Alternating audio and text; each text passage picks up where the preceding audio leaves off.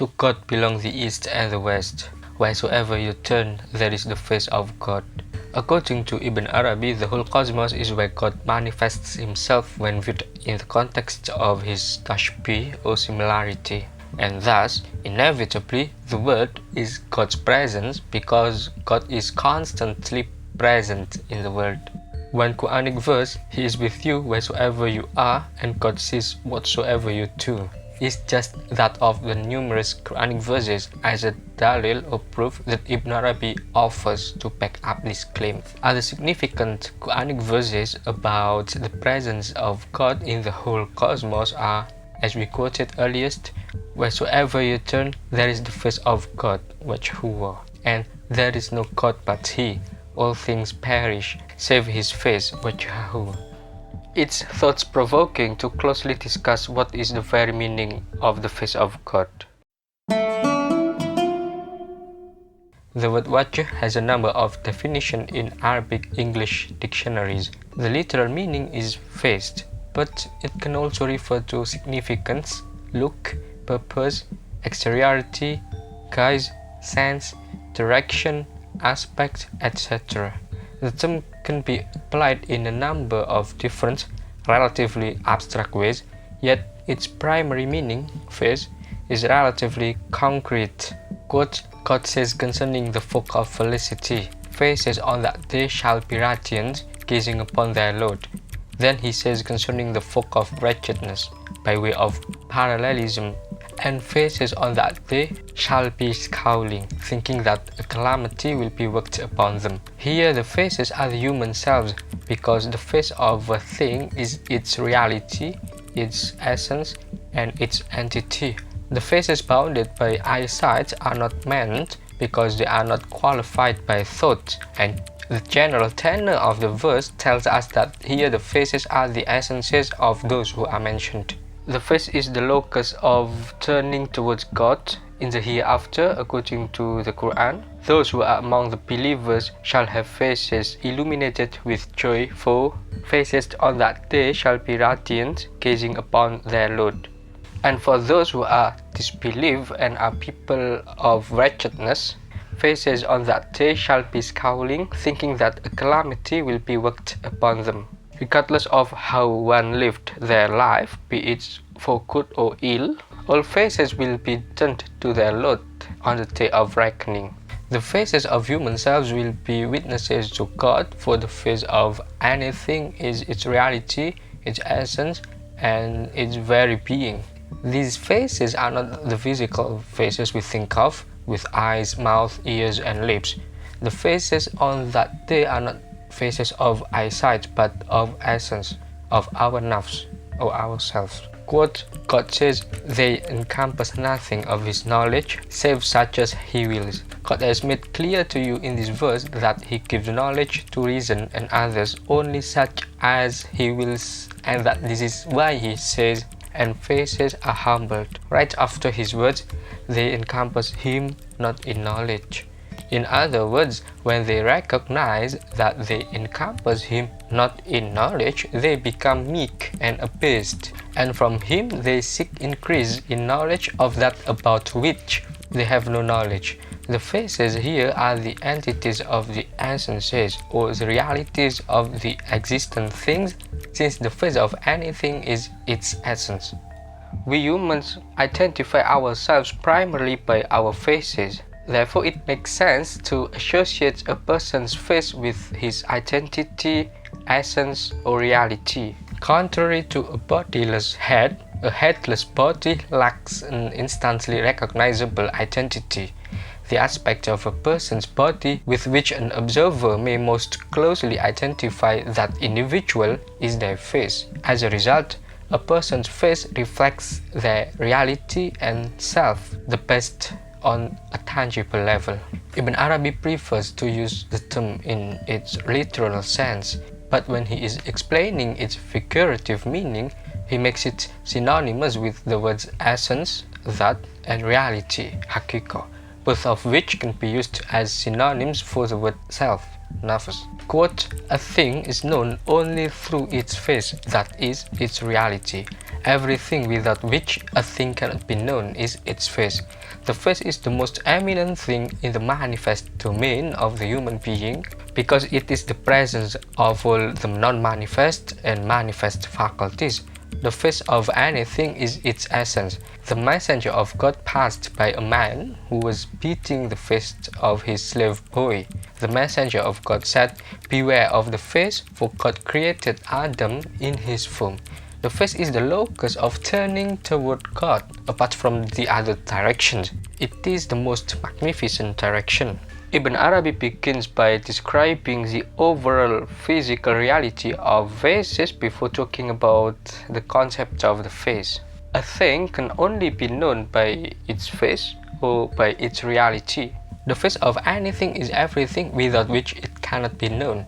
Since we identify things on this plane of existence by their face, the face of everything actually represents their essence. Quote, God created everything of the cosmos that he created only in its perfection in itself. This perfection is its face. God says he gave each thing its creation, so he has perfected it, then guided.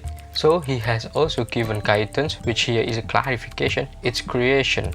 Thus he clarified the affair to his servants in the most perfect of its faces, according to both reason and the Sharia. He was not obscure, nor did he employ tokens or riddles. It is only a remembrance and a clear Quran, that thou mayst make clear to the people what was sent down to them. If a thing's face represents its reality, then God's face cannot be recognized, since God's reality is his essence, which is beyond human comprehension. Even though wheresoever you turn there is the face of God, the divine face that we perceive and recognize is therefore not the reality that is the essence, but the reality that is God's self-manifestation, or the tajalli, which is the divine names.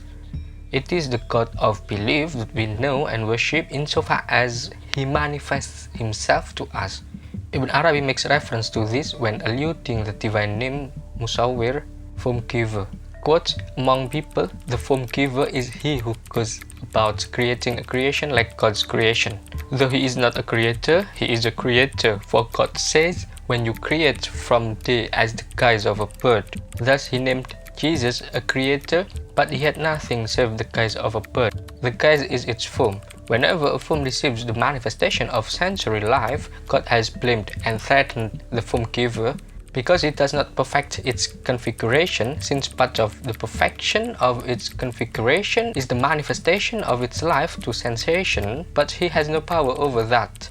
This is different from his giving form to that which does not possess the manifestation of sensory life, like plants, minerals, the form of the spheres, and diverse shapes. The form is nothing but the entity of the shape, and form giving is nothing but taking shape in the mind. Know also that since God created Adam in his form, we come to know here that the form modified by the pronoun his, which goes back to God, is the form of the belief concerning God that the human being creates in himself through his consideration or his fantasy and imagination. One says, "This is my Lord," and then worships him, for God has given him the faculty of form giving. This is why God created the human being as bringing together all the realities of the cosmos. In whatever form he may believe in his Lord and worship him, he doesn't emerge from the form that he himself possesses in respect of bringing together the realities of the cosmos.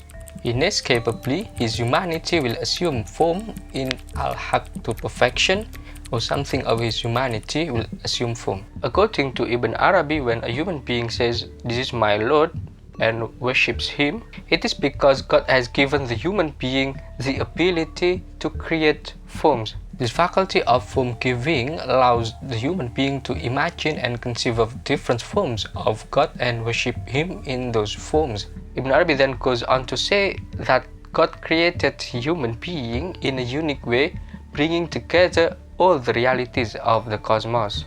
This means that the human being possesses within themselves all the different aspects of the cosmos, and this is why they can worship God in various forms without straying from their own form. In other words, the human being's ability to worship God in different forms is an expression of their own nature as a microcosm of the macrocosm. They are not creating something entirely new when they worship God in a certain form. Rather, they are drawing upon the different aspects of the cosmos that are already present within themselves. In Ibn Arabi's viewpoint, when a human being worships God in a certain form, their humanity will inevitably be transformed in some way. This transformation may take the form of their humanity becoming more perfect, or it may involve some aspect of their humanity assuming a form in relation to God. This transformation is an essential aspect of the human being's relationship with God, and it is through worship that the human being can achieve this transformation. Quote, if he asserts his Tanzih, he has hardly asserted his Tanzih. The furthest limit of those who assert his Tanzih is limitation. He who limits his creator has made him stand in a limit like himself. This is why God undid his binding for him on the tongue of his messenger. Worship God as if you see him. He placed in this seeing the as if of tashbih and declaring likeness. The Prophet said, God is in the Qibla of the person who performs the salat. God says, wheresoever you turn, there is the face of God, and the face of a thing is its essence and its reality. Hence, in whatever form God makes his servant stand, that is a side toward which he turns. So within it is the face of God, if you understand.